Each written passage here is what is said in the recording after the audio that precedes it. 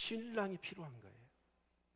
여러분, 신부가 신랑이 없으면 신부일 수가 없는 것이죠. 그 정도로 이 예수님은 우리에게서 절대적인 분이라는 사실을 신랑과 신부로 그 관계적으로 우리에게 말씀하고 있는 것이죠. 또 목자와 양, 여러분 예수님은 목자예요. 양들은 목자가 없으면 생존할 수가 없는 것이죠. 그만큼의 예수님은 우리에게 절대적으로 필요한 분이시라는 겁니다. 또 머리와 몸이라고 얘기할 때 여러분 몸통이 머리 없으면 어떻게 되겠습니까? 이것은 생명의 관계고 유기적인 관계를 의미하는 것이라고 할 수가 있을 것입니다. 그래서 여러분 신앙생활은 뭐예요? 관계입니다. 근데 오늘 본문의 말씀을 보면 우리가 이방인이었고 약속의 예인이었고 하나님도 없고 소망도 없고 심지어는 원수 같은 우리였잖아요. 근데 예수 그리스도의 십자가의 구속의 은혜로 인하여 우리는 어떻게 됐어요? 이방인이었습니다. 그런데 하나님의 한 권속이 되었다, 한 가족이 되었다 라고 이렇게 오늘 성경은 우리에게 말씀하고 있습니다. 사랑하는 성도님들, 정말 이 하나님의 하나님 되심을, 아버지 되심을, 또 예수 그리스도가 나의 구주 되심을 여러분 경험하는 삶이 되실 수 있기를 축원합니다. 뿐만 아니라 하나님과의 관계, 그 십자가의 구속으로 인하여 막힌 담을 허시고 원수되었던 우리를 어째요? 합평케 하셨어요. 하나님과. 그럴 뿐만 아니라 우리는 어때요? 성도 간에도 이 관계가 만들어져야 합니다. 그래서 오늘 성경은 그 유대인과 이방인이 원수였잖아요. 유대인들의 입장에서는 이방인을 개취급했고 지옥의 불쏘시개감 정도로 생각했던 그런 이방인이 예수 그리스도를 통하여 이제 유대인과 이방인의 차별이 없어지고 그 안에서 한 영적 가족이 되어 서로를 세워가는 것이 교회라고 오늘 이 본문은 말씀하고 있습니다. 특별히 에베소서를 우리가 생각해 본다면 사도 바울이 2차 전도여행을 이 에베소를 가려고 그랬죠. 아시아를 가려고 했던 것이 바로 이 에베소를 타깃으로 했던 겁니다. 왜냐하면 그 아시아라고 하는 지역의 이 에베소가 제일 큰 도시였고 수도였습니다. 제가 성지순례를 가서 그 에베소서의 도시 폐허가 돼 있는데 부분적으로 이렇게 복구를 해놨더라고요. 근데 그 도시가 진짜 이 1세기 때 그때 그 도시는 어마어마하더라고요. 사도 바울이 왜 이 도시를 가려고 했는지 이해가 되더라고요. 그래서 2차 전도여행에 아시아를 가려고 했더니 마게도냐 사람이 와서 우리를 도우라고 하니까 빌립보 유럽으로 건너가서 복음이 유럽으로 먼저 전거가 되어진 겁니다. 그런데 3차 전도여행 때 사도 바울은 어떻게 합니까? 그 에베소를 기원히 갑니다. 가서 거기서 3년 동안 눈물을 뿌려서 두란노 소원을 세우고 교회를 세웠습니다. 많은 부흥이 있었죠. 그리고 이제 사도 바울이 3차 전도여행이 끝나고 돌아갈 때 예루살렘으로 가지 말라고 하는데 정말 사도 바울은 그 예루살렘으로 가기를 원했어요. 그 당시에 역시나 유대인과 이방인에 대한 그런 갈등이 굉장히 많았기 때문에 사도 바울은 지금 예루살렘 교회가 기근으로 인하여 굉장히 예루살렘 교회가 어려웠거든요. 그래서 이방인 교회들에 가서 헌금을 걷어가지고 정말 이방인들 교회나 유대인들의 교회가 하나님의 한 교회요 한 가족이라는 메시지를 전하고 싶어서 그곳에 가면 정말 결박을 받고 이방인들에게 넘겨진다고 함에도 불구하고 사도 바울은 에베소로 향합니다. 에베소로 가서 결국은 포박을 당하고 이제 재판을 받게 되어지죠. 근데 사도 바울은 로마의 시민권이 있었습니다. 그래서 가만 보니까 이제 이 총독이나 그 당시 아그리파 왕이나 헤롯이나 전부 다 자기를 죽이려고 하는 거예요. 정치적인 이해관계에 의해서. 그래서 사도 바울은 자기가 로마의 시민권이 있기 때문에 내가 상소를 하면 황제 앞에 가서 직접 재판을 받을 수 있게 된 것이죠. 그래서 이제 가이사에게 내가 재판을 받겠노라 하니까 사도 바울을 이제 로마로 압송하게 되지요. 죄인의 신분이 되어서 감옥에 갇히게 됩니다. 그때 사도 바울은 에베소 교회를 생각합니다. 그런데 갈라디아 교회나 에베소 교회나 역시나 정말 예수 그리스도의 복음을 통해서 교회가 부흥하고 수많은 사람들이 구원을 받았는데 나중에 유대인들이 찾아왔어요. 율법주의자들이. 그래서 예수만 믿어서 구원받느냐? 할례를 해야 되고 절기를 지켜야 되고 또 이 레이기에 있는 것처럼 음식의 규례를 지켜야 돼 구원을 받는다라고 하면서 그 구원에 대한 확신들을 흔들어 버린 겁니다. 그래서 사도 바울은 눈물로 어떻게 보면 이 에베소 교회를 사랑하는 마음으로 편지를 쓰게 된 것이죠. 그래서 어떻게 보면 이 에베소서는 우리가 교회가 무엇이냐, 또 교회 안에서 우리 성도의 이치가 무엇이냐 하는 것들을 정확하게 보여주고 있기 때문에 이 에베소서 말씀을 묵상하셔서 교회가 더욱더 교회되어지고 성도가 되어지는 은혜가 있기를 주님의 이름으로 축원을 드립니다. 아멘. 그래서 우리가 이 초대교회는 뭐냐면 관계적이었다. 그러나 현대교회는 뭐냐? 관계가 아니라 제도화되어 있고 조직화 되어 있다 이런 거예요. 하나님도 우리와의 관계를 어떻게 보면 가족처럼 그렇게 표현을 합니다. 한 몸처럼 표현을 했습니다. 그러면서 십자가를 통하여 이방인과 유대인들이 하나 되어지고 차별이 없어지고 그러면서 함께 세워져가는 그것이 교회인데 오늘 안타깝게도 이 초대교회에 있었던 그 관계성이 다 무너져 버린 거예요. 심지어는 어떤 교회는 큰 도시 교회는 그렇습니다. 1부, 2부, 3부, 5부까지 있어요. 그러다 보니까 주차장을 건물 지하에다가 몇 층으로 파가지고 일부 예배 끝나면 빠져나기 급급하는 거예요. 성도의 교제가 없어졌어요. 근데 초대교회는 뭐였느냐? 여러분, 교제가 있었다는 거예요. 우리 사도행전 2장 43절 말씀을 같이 한번 보겠습니다. 같이 한번 읽을까요? 시작. 저희가 사도의 가르침을 받아 서로 교제하며 떡을 떼며 기도하기를 전혀 힘쓰니라. 사도의 가르침을 받았어요. 그리고 그들은 뭘 했어요? 교제했다는 거예요. 여러분, 우리 교회에서 우리 성도님들이 여러분 어쩌나요? 얼마만큼 교제가 있나요? 근데 이 전체 수하고 우리가 교제를 갖는다, 교제를 하는 건 어렵습니다. 그래서 교회가 현대 조직화되고 제도화에 있는 교회가 그 관계를 만들기 위해서 가장 어떻게 보면 교회의 중요한 사역 중에 하나가 목장 사역입니다. 무슨 사역이라고요? 네, 목장 사역입니다. 그 목장 안에서 관계를 만드는 거예요. 아멘. 제가 우리 교회가 짓기 전에 정말 교회가 흐름했었습니다. 앞뒤 사방을 텄지요. 그래서 교회를 확장시켰어요. 그러면서 교회인들이 항상 그때 교회를 많이 얘기를 했습니다. 왜 그랬냐면 그때 교회는 뭐가 좋았어요? 관계가 좋았어요. 특히 이제 이 사무중공업이 이전에 한라중공업이었잖아요. 이 회사가 부도가 났습니다. 부도가 나다 보니까 남자분들이 출근을 해요, 안 해요? 출근을 안 해요. 그러니까 뭐 했어요? 교회에 모여들었어요.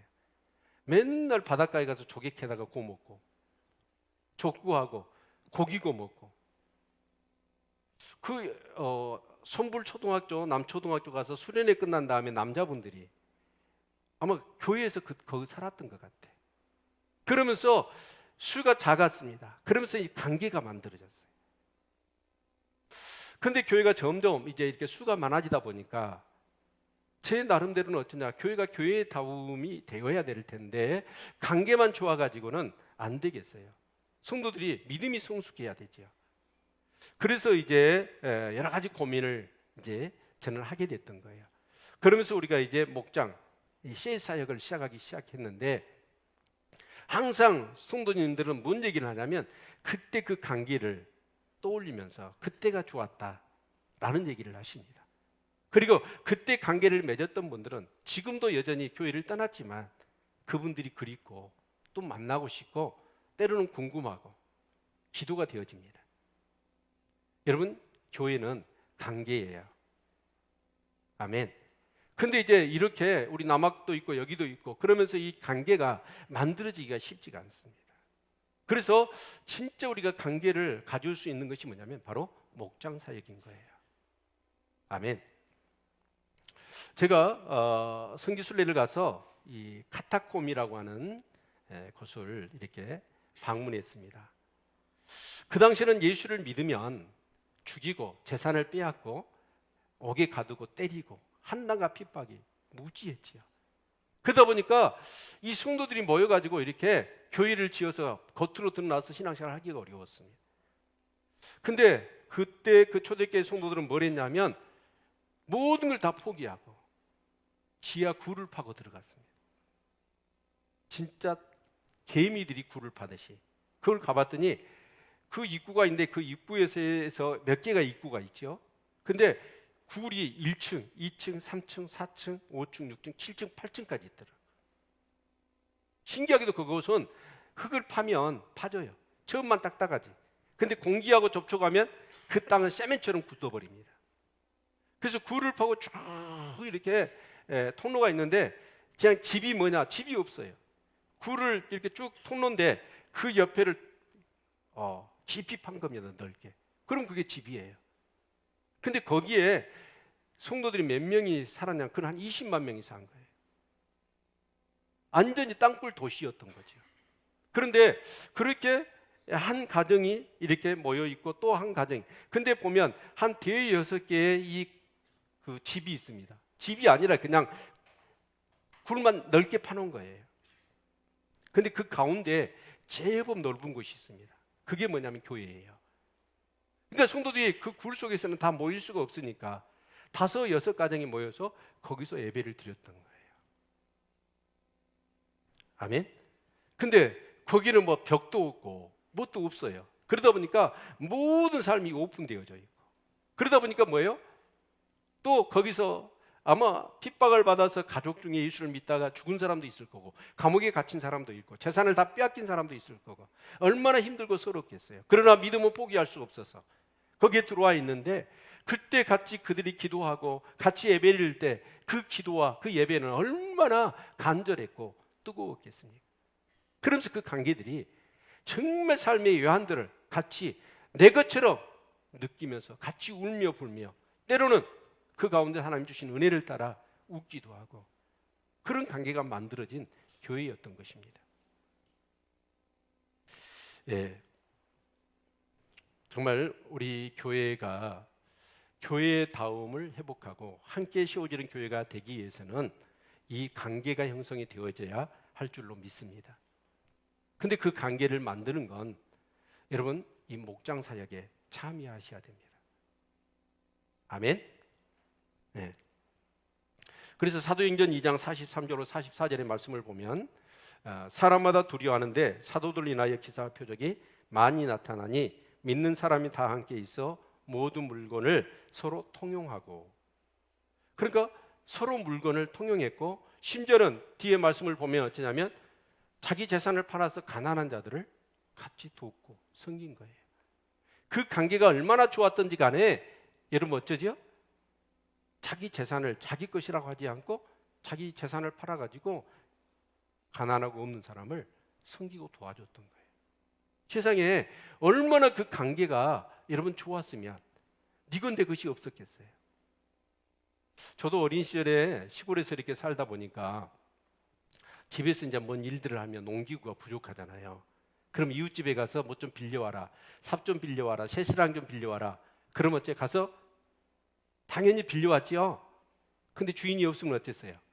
그냥 들고 와서 쓰고 갖다 주면 돼. 그 당시에는 진짜 어떻게 보면 한 마을이 가족 같았어. 근데 요즘은 그러면 돼요, 안 돼요? 네, 큰일 나요.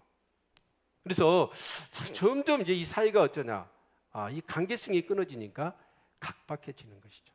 근데 그게 교회도 마찬가지라는 사실입니다.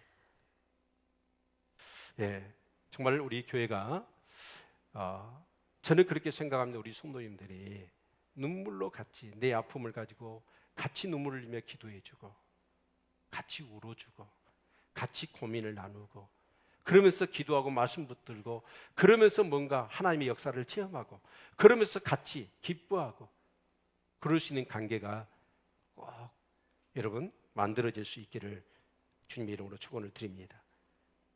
네. 그래서 우리가 이제 함께 세워지는 교회에 있어서 첫 번째로 중요한 것이 뭐냐면 말씀이에요. 네. 우리 성경을 같이 보지요. 에베소 2장 20절 같이 한번 읽겠습니다. 시작. 너희는 사도들과 선지자들의 터위에 세우심을 입은 자라 그리스도 예수께서 친히 모퉁이 돌이 되셨느니라. 여기 사도들과 선지자들이 터위에 세워졌단 말은 무슨 뜻이죠? 사도들이나 선지자는 뭘 했어요? 하나님의 말씀을 전하고 하나님 말씀을 가르쳤던 사람들입니다. 그래서 여러분 교회가 아무리 분위기가 좋아요, 관계가 좋아도 여러분 교회가 말씀으로 세워지지 않으면, 그래서 제가 처음에 우리 교회가 여러분 그렇게 관계가 좋았습니다. 관계가 좋아서 이제 보니까 관계만 좋지 말씀이 없는 거예요. 그래서 이제 남자분들을 이렇게 성경 공부만들을 조직해 가지고 성경 공부를 했어요. 근데 진짜 말씀이 잘 안 들어가더라고. 그런데 여러분 함께 우리가 교회를 세워지기 위해서는 반드시 뭐가 있어야 돼요? 말씀이 있어야 돼요. 아멘.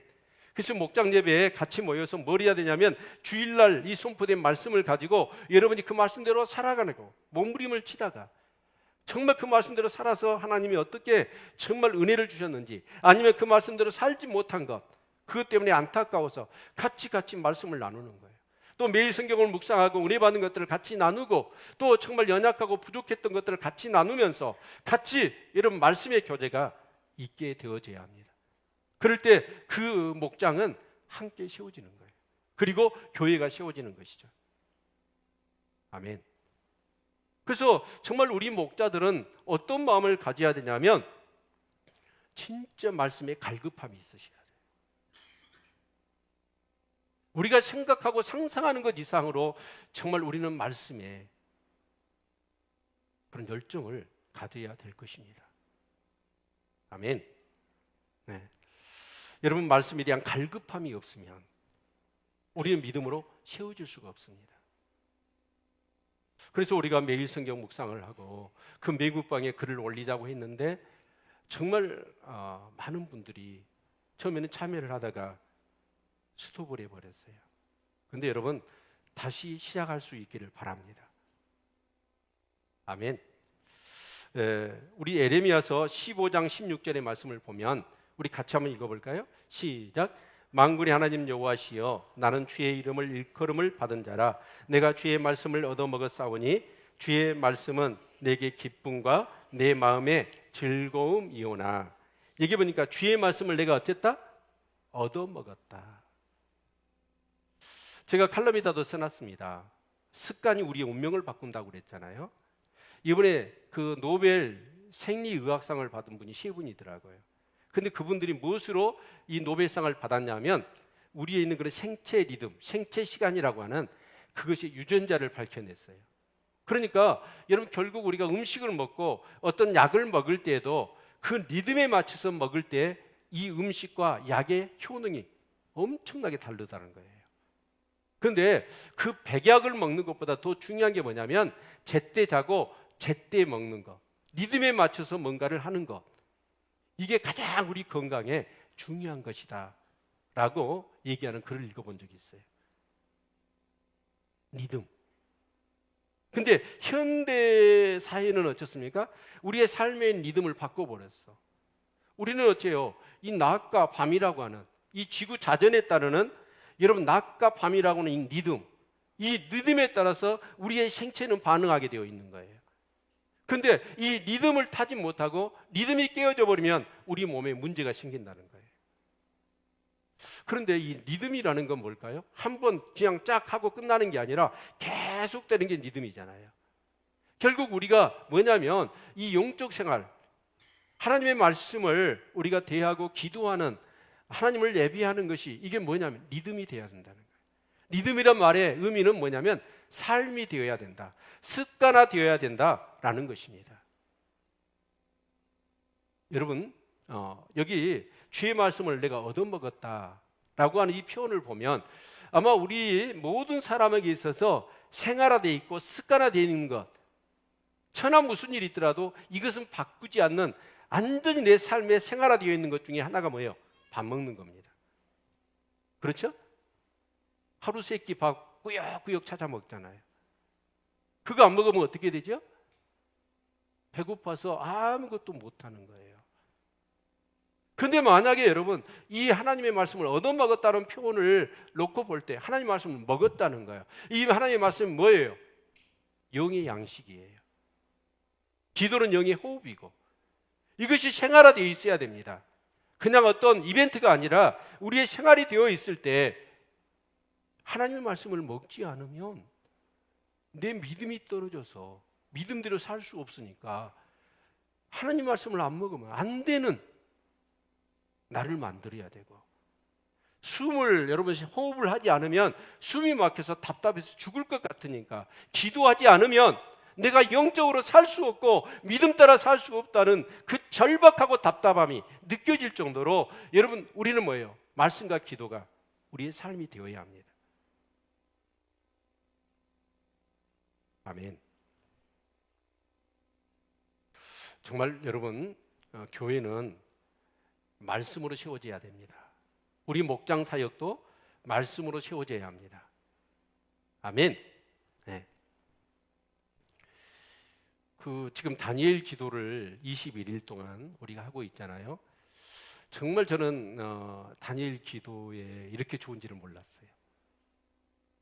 다양한 강사들이 나와서 제가 옛날에 신혼초에 드라마에 한번 빠진 적이 있었거든요.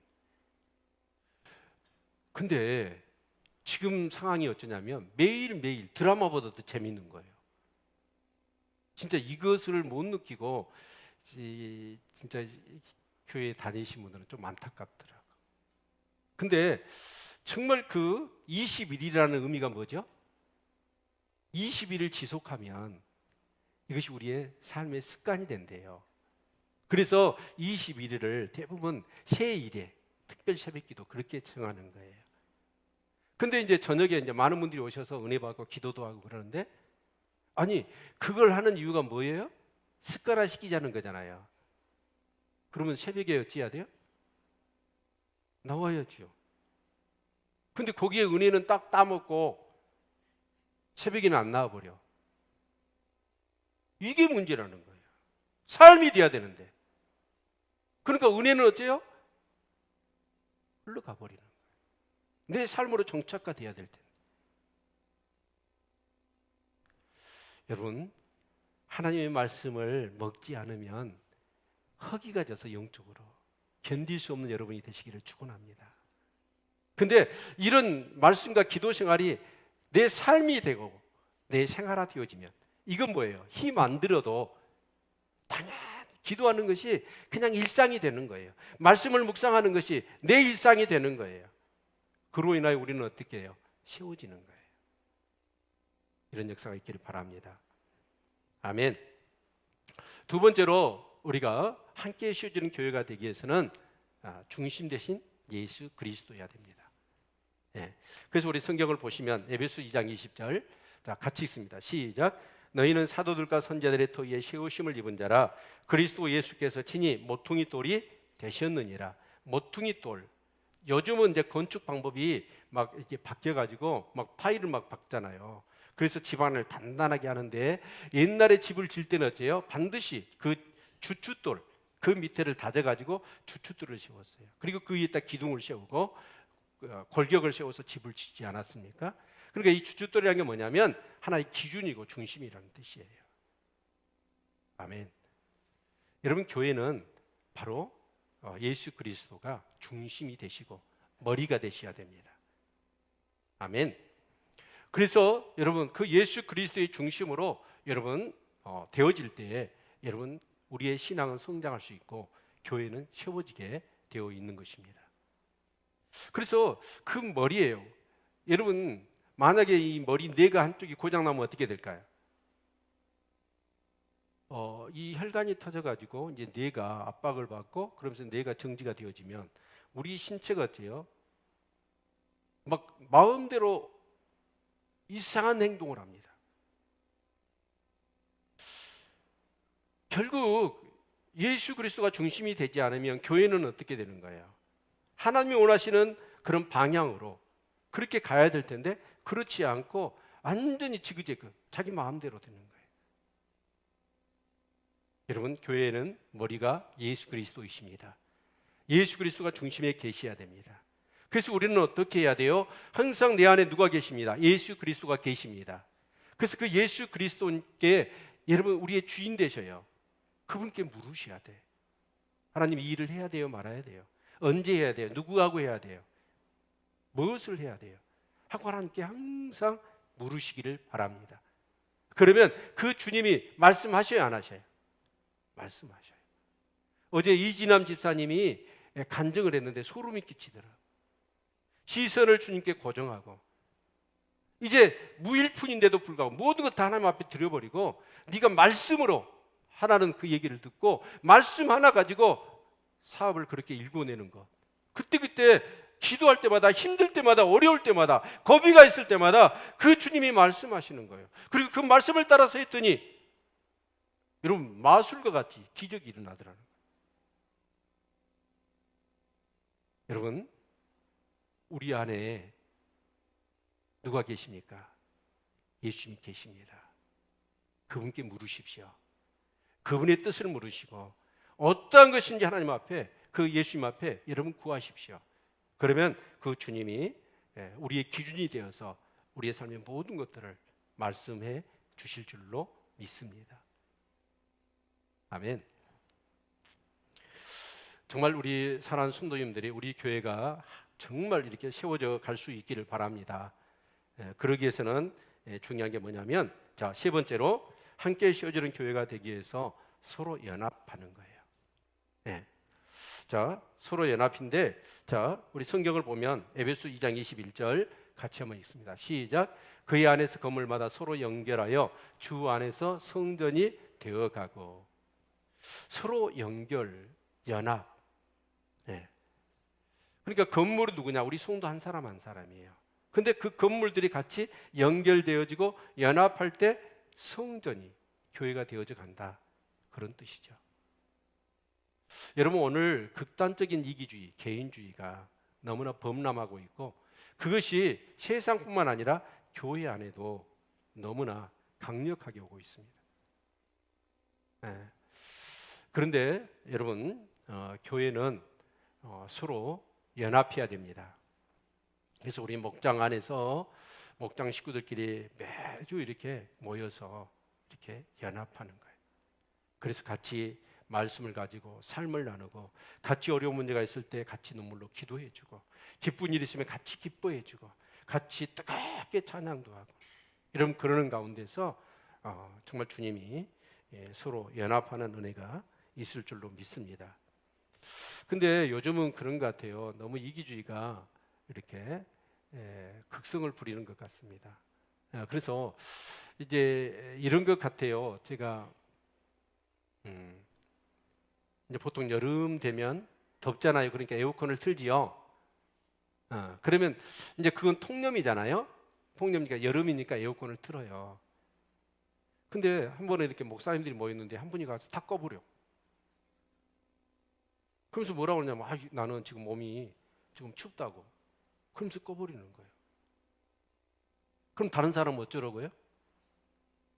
옛날에는 어쩌냐? 여름이니까 에어컨 트는 거예요. 내가 좀 추워도 어째요? 견뎌냈어. 겨울에는 이제 히터를 틀어요. 그러면 어쩌죠? 틀어놨어. 그러면 어쩌죠? 내가 좀 더워도 모든 사람을 생각해서 나를 어떻게 해요? 희생하는 거죠. 절제하고. 근데 요즘은 그런 게 없어요. 너무나 내 이주예요. 다른 사람 생각을 하지 않아. 근데 교회도 마찬가지예요. 저는 우리 교회 역사 가운데 잊을 수 없는 몇 가지 사건이 있습니다. 송구영신 예배를 드리고 청간산으로 우리가 일출을 보기 위해서 떠났을 때, 그때 성도들이 차가 40대가 청간산을 향해서 갔었죠. 그 밤에 그 도로를 40대가 헤드라이트를 켜고 갔을 때 그 장가는요, 이루 말할 수 없었습니다. 또 우리가 저기 백운산으로 수련회를 갔을 때도 마찬가지입니다. 정말 성도들이 다 같이 하자고 하면 하나같이 했습니다. 그러니까 시너지 효과가 나오고, 그럼 막 힘이 생기는 거예요. 여러분, 교회가 그런 마음이 되어야 됩니다. 서로 연합해야 됩니다. 뭔가를 하자 하면 여러분, 내 개인 사정이 있고 정말 내 어떤 그런 여러 가지 어려움이 있지만 여러분, 그것을 뒤로 미루고 우선 교회 중심으로 연합하는 일, 이 일들을 하게 될 때 교회는 세워지어 간다는 거예요. 아멘. 근데 제가 그런 사람을 속으로 이렇게 얘기합니다. 뭐 하자고 하면 핑계대고 빠지고, 이렇게 물론 특별한 상황이 있으면 그럴 수 있지요. 근데 그것이 습관화되어 있는 사람, 그런 사람을 저는 속으로 이렇게 얘기합니다. 말은 못하지요. 뺀질이라고. 뺀질이. 정말 초대교회는 그렇습니다. 뭘 하자고 하면 하는 거예요. 그러면 막 힘이 나와. 막 폭발력이 생겨. 여러분, 우리 교회가 그렇게 될 수 있기를 바랍니다. 뭔가를 하자고 하면 막 같이 참여해서 하는 거예요. 대수롭지 않는 일인데도 여러분 같이 막 성도들이 다 같이 참여해서 하게 되면 막 그 영향력은 폭발적이에요. 힘이 나는 거예요. 여러분, 서로 연합합시다. 아멘. 내 개인적인 어떤 상황도 사정도 있겠지만 하나님의 교회를 우선으로, 하나님 나라를 우선으로 생각하고 같이 여러분 연합할 때 여러분 교회는 세워지는 것이죠. 우리 목장 사역도 마찬가지입니다. 저는 그렇게 생각합니다. 여러분, 교회 신앙생활을 하시는데 목장 사역에 참여를 안 하시면 신앙생활의 60%를 접고 신앙생활을 하는 겁니다. 그만큼 이 목장 사역은 우리 성도들에게 있어서 굉장한 그런 의미가 있고 가치가 있는 겁니다. 저는 이렇게 목사님들 가운데 네트워크가 있습니다. 네트워크가 있어서 이제 목사님들이 만나서 한 번은 그런 적이 있습니다. 어떤 목사님이 막 자기 교회의 아픔을 얘기를 해요. 너무나 공감이 되어지고, 역시나 우리 모든 목회자들에게 아픔이 있잖아요. 그래서 목사님, 사모님들이 돌아가면서 자기 아픔을 얘기했습니다. 그때 울음바다가 돼버린 거예요. 정말 그 아픔을 토해내는데 똑같은 아픔이더라. 그래서 같이 막 얼싸안고 눈물을 흘리면서 같이 기도했어요. 그러니까 막 힘이 생기는 거예요. 어디 가서 내 아픔을, 내 고민을, 내 문제를 마음껏 터놓고 얘기하고 같이 그것을 가지고 기도해 줄 수 있는 믿음의 식구가 있느냐는 거예요. 믿음의 친구가 있느냐는 거예요. 그런데 우리는 너무나 따로따로예요. 아픔이 있어도, 고민이 있어도, 문제가 있어도, 기쁨이 있어도 누구 하나 나눌 사람이 없습니다. 그러다 보면 전부 다 따로따로인 거예요. 연합해야 됩니다. 아멘. 우리 목자들은 정말 그러십시오. 목장 예배에 생명을 거시고 다시 목장 예배를 회복할 수 있기를 바랍니다. 그렇게 목장 사역을 열심히 하다가 상처도 받고 정말 힘들고 절망적이어서 목장 예배를 쉬고 있는 분들도 다시 힘을 내시기를 바랍니다. 우리 교회 사역의 여러분 가장 핵심 가치가 뭐냐면 바로 목장입니다. 여러분, 목장에 모이십시오. 아멘. 그래서 정말 그곳 안에서 진짜 성도의 교제, 우리 사도신경이 그래요. 사도신경에도 그 교제란 말이, 교통한단 말이 있지 않습니까? 이게 얼마나 중요하면 사도신경에 여러분 그 교통의 얘기를 이렇게 집어넣었겠어요. 네 번째로 우리가 함께 쉬어지는 교회가 되기 위해서는 누구도 배척하지 않는 사랑과 간용이 있는 교회여야 합니다. 아멘. 여러분, 전에 한번 교회에 술이 빠이쳐가지고 그런 분이 예배에 참석을 했어요. 술 냄새가 나요. 그런 분은 어떻게 해야 될까요? 쫓아내버려야 될까요? 네. 한 번은 제가 밑에 내려갔더니 점심 때만 오셔서 밥 먹는 분이 계시더라고요. 그러면 어쩔까요, 그분? 네. 오늘 성경은 얘기합니다. 자, 이방인, 약속의 예인, 또 그리스도 밖에 있고 하나님도 없고 소망도 없고 예인이고 온수고, 그러니까 유대인과 이방인을 얘기하는 겁니다. 그런데 그 유대인들의 입장에서 이방인은 어떻게 생각했죠? 계취급을 했습니다. 심지어는 지옥에 불 쏠 수 있게 함으로 생각할 정도로 오직 유대인 자기만 내 하나님이었고 자기들이 하나님이 선택한 백성이었고 다른 이방 민족들은 전부 다 짐승 취급을 했습니다. 그런데 예수님의 십자가의 구속의 사역을 통하여 어떤 일이 일어났습니까? 그 유대인에게 있었던, 유대인에게만 했던 이 하나님의 은혜가 이제 그 막힌 담이 허물어지고 그 차별이 없어지면서 교회 안에 뭐가 생겼어요? 정말 사랑으로 품고 간용하고 하나 되는 역사가 있었던 것이죠. 여러분, 교회는 누구든지 올 수 있습니다. 누구든지 오더라도 아무리 가난하고 거렁뱅이 거지가 온다 할지라도, 아니 알코올에 마약에 쩔인 사람이 온다 할지라도 우리는 그런 사람들을 포용하고 섬길 수 있어야 합니다. 여러분, 그리스도인이라는 말이 안디옥 교회에서 처음으로 나왔거든요. 근데 그리스도인이란 말을 누가 했냐면 교회 스스로, 교회 다닌 사람들이 한 게 아니라 교회 밖에 있는 사람이 교인들을 향해서 했습니다. 그런데 여러분, 그 안디옥 교회에서 그리스도인이란 말이 최초로 불러졌다는 말의 의미를 우리 한번 되새겨 보아야 합니다. 왜냐하면 예루살렘 교회가 엄청난 부흥을 이루었습니다. 베드로 사도의 사역을 통해서 한 번에 3,000명, 5,000명이 회개하는 역사가 일어나고, 그래서 어마어마하게 교회가 부흥했습니다. 그런데 정말 예루살렘 교회가 뭘 해야 돼요? 복음을 증거해야 돼요. 그 증거하지 않으니까 핍박이 생깁니다. 핍박이 생겨서 예루살렘 교회에 있었던 크리스찬들이 어디로 넘어갔죠? 사방으로 흩어지게 됩니다.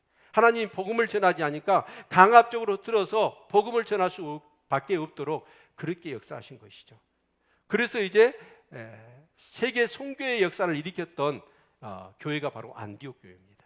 그런데 안디옥 교회에 어떤 일이 있었냐면 그곳은 유대인들만이 모인 게 아니라 이방인들이 모였어요. 그런데 거기에는 어쩌습니까? 그 당시에는 봉건주의 시대입니다. 그러다 보니까 어째요? 노예도 있었고, 또 그 당시에는 남녀 차별이 얼마나 심했습니까? 여러분, 빈부귀천의 그런 차별이 너무나 강했던 시대 아닙니까? 그런데 그 교회만 가면 어째요?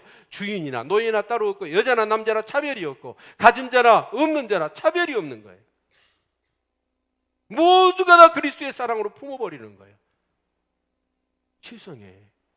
그래서 교회 밖에 있는 사람들, 여러분 예루살렘 교회, 여러분 크리스찬이라는 게 뭐예요? 교회 다니고 예배드리고 기도하고 말씀 보고 여러분 성례를 행하고, 그것이 크리스찬입니까? 아니요, 예루살렘 교회 그런 행위들이 다 있었습니다. 근데 거기서는 크리스찬이라는 말을 안 붙였어요. 근데 안디옥 교회, 거기서 비로소 크리스찬이라는 이름이 붙여졌어요. 근데 왜 그랬냐? 사람들이 보니까 세상에는 전부 다 차별이 있잖아요.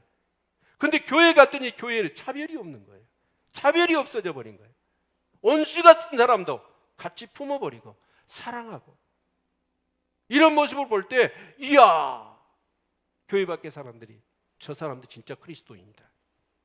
그래서 그리스도인이란 말이 처음으로 나온 거예요. 사랑하는 성도 여러분, 우리 에베소 2장 19절을 같이 한번 볼까요?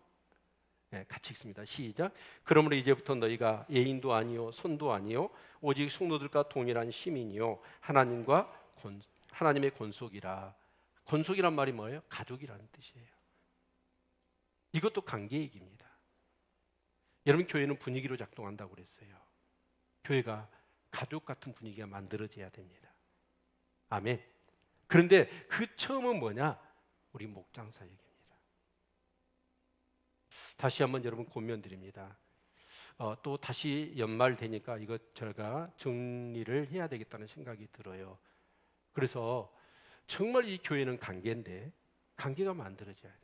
적어도 교회 안에서 서너 사람만 같이 정말 내 고민을 얘기할 수 있고, 같이 눈물로 같이 기도할 수 있고, 그 말씀으로 서로 점검해 줄 수 있고, 이런 관계만 만들어진다면 그분의 신앙은 건강하게 성장하게 되어질 것입니다.